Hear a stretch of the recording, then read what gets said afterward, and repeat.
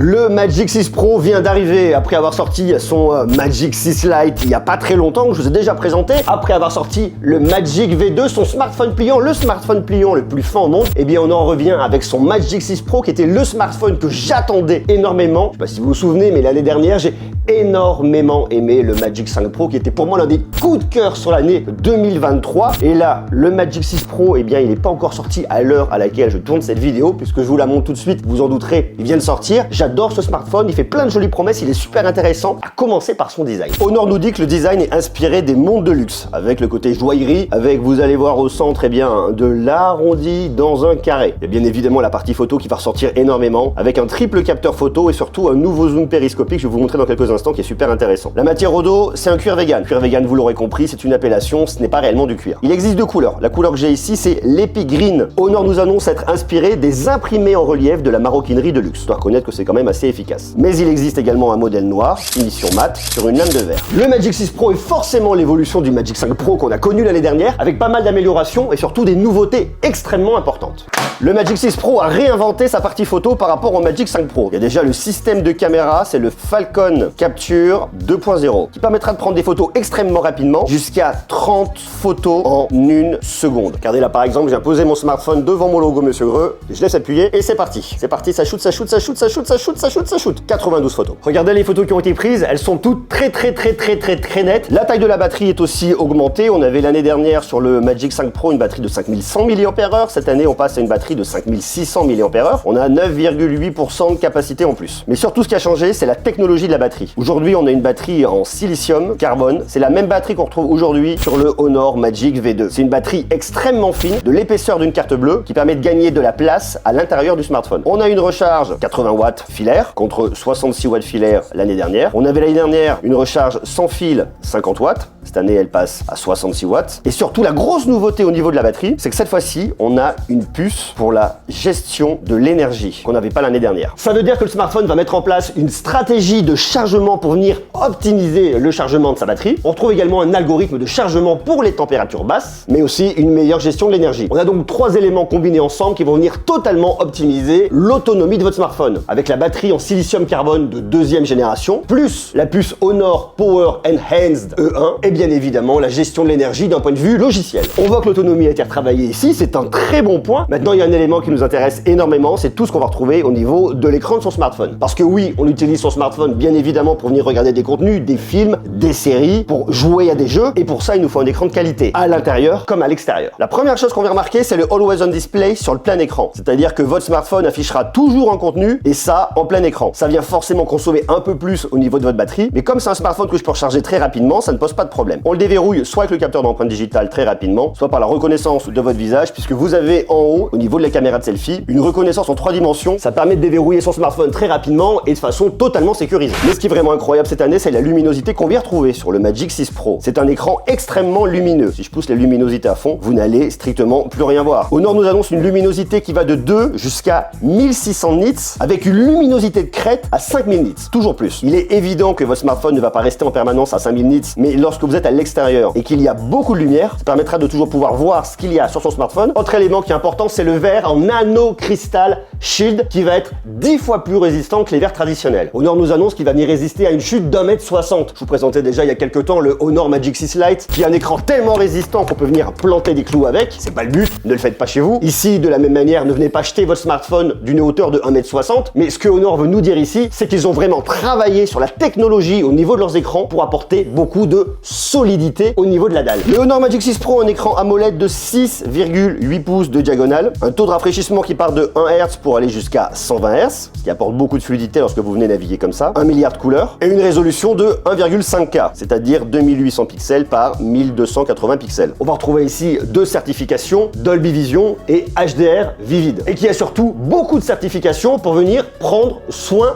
de vos yeux. On va déjà trouver la certification Full Care Display 3.0 par TÜV Rheinland, qui certifie protéger vos yeux, qui certifie également la qualité de l'écran. Il y a également la gradation dynamique PWM. Le scintillement réduit de l'écran améliore le confort des yeux. Obtention de la certification TÜV Rheinland sans scintillement, atteignant le niveau de gradation sans risque. Ça veut dire que lorsque vous allez baisser la luminosité de votre smartphone, vous n'allez pas avoir de scintillement imperceptible à l'œil nu qui viennent pourtant créer de la fatigue visuelle. Et là, le Honor Magic 6 Pro vient vraiment prendre soin de vos yeux. Il a en plus de ça la gradation dynamique. Il va venir ajuster ajuster intelligemment la luminosité de l'écran afin de réduire l'effort demandé aux yeux et d'améliorer la santé des yeux. Mais on a également l'affichage nocturne circadien qui est un élément super important qui permet d'ajuster automatiquement la température de couleur de l'écran en fonction de votre rythme corporel pour aider à préparer une meilleure nuit de sommeil. Lorsque cette option est activée, la couleur de l'écran devient plus chaude et ça c'est vraiment quelque chose que j'aime énormément. Et après vous pouvez vous directement aller dans le confort des yeux, soit vous le programmez, soit vous l'activez en permanence et vous venez choisir ensuite le niveau du filtre. Je vous conseille de ne pas le mettre trop fort, mais vous le mettez un tout petit peu comme ça sera beaucoup mieux pour vos yeux. Grâce au Honor Magic 6 Pro, on peut venir regarder des films, des séries, jouer à des jeux, se divertir sans aucun problème puisque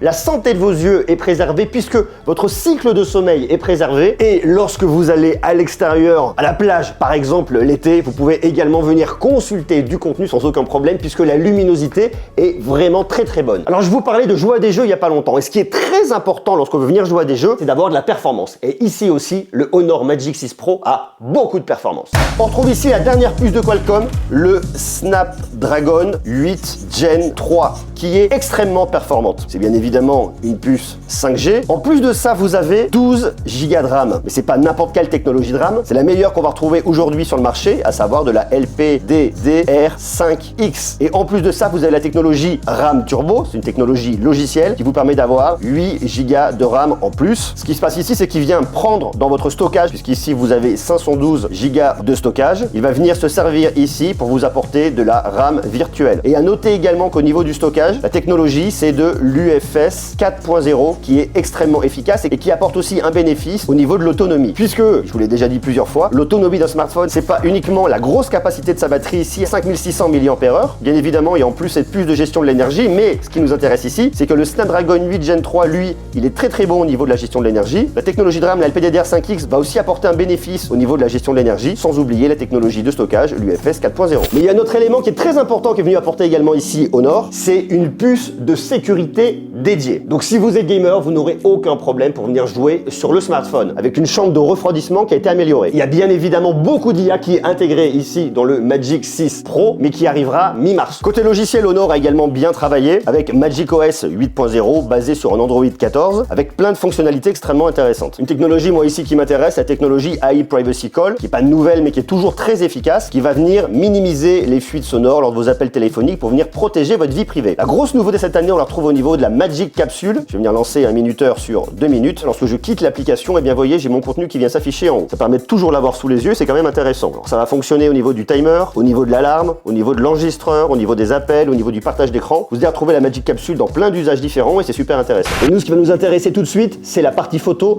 Et là-dessus, ils ont aussi fait un travail, mais absolument incroyable. Sur la partie photo, on va retrouver le système Falcon Capture 2.0 dont je vous parlais tout à l'heure, qui, en plus d'être rapide, est vraiment extrêmement efficace. Mais un des très gros points forts ici qu'on va retrouver sur le Magic 6 Pro au niveau de la photo, c'est le Honor AI Motion Sensing Capture 2.0, qui va venir déclencher les photos au bon moment. Vous venez juste là et vous activez cette option. C'est la capture par détection de mouvement qui s'active. Je suis en skateboard et là, on vient prendre quelques photos lorsque je suis en train de me déplacer. Vous voyez là, je suis sur un virage un petit peu incliné. Là, c'est pareil, je me rapproche, c'est net. Là, j'avance, je me penche, tout reste net. Je suis en train de rouler, on dirait pas que je suis en train de rouler. On a même, ce qui me bluffe énormément, c'est au niveau des roues. On dirait que je suis à l'arrêt, on voit bien toutes les rainures au niveau des roues, alors qu'il faut bien se rendre compte qu'ici, la roue, elle est en train de tourner puisque je suis en train de me déplacer. On a pris un autre exemple, je m'installe sur un plot et je suis prêt à sauter. Et au moment où Léonard déclenche, j'arrive comme ça, on immortalise le moment. Alors, il y en a eu plusieurs, différentes postures, mais ça fonctionne vraiment bien. Puisque je peux bien faire une photo lorsque je suis en train de courir, on peut imaginer quelqu'un qui danse, qui fait du sport. Je me suis dit, on peut le faire également lorsqu'on est en déplacement. Je me suis donc installé dans un taxi et j'ai pris des photos au moment où le taxi roulait. Regardez là, il faut bien imaginer que je suis en train de rouler, que le taxi est en train de se déplacer. Là, pareil, également ici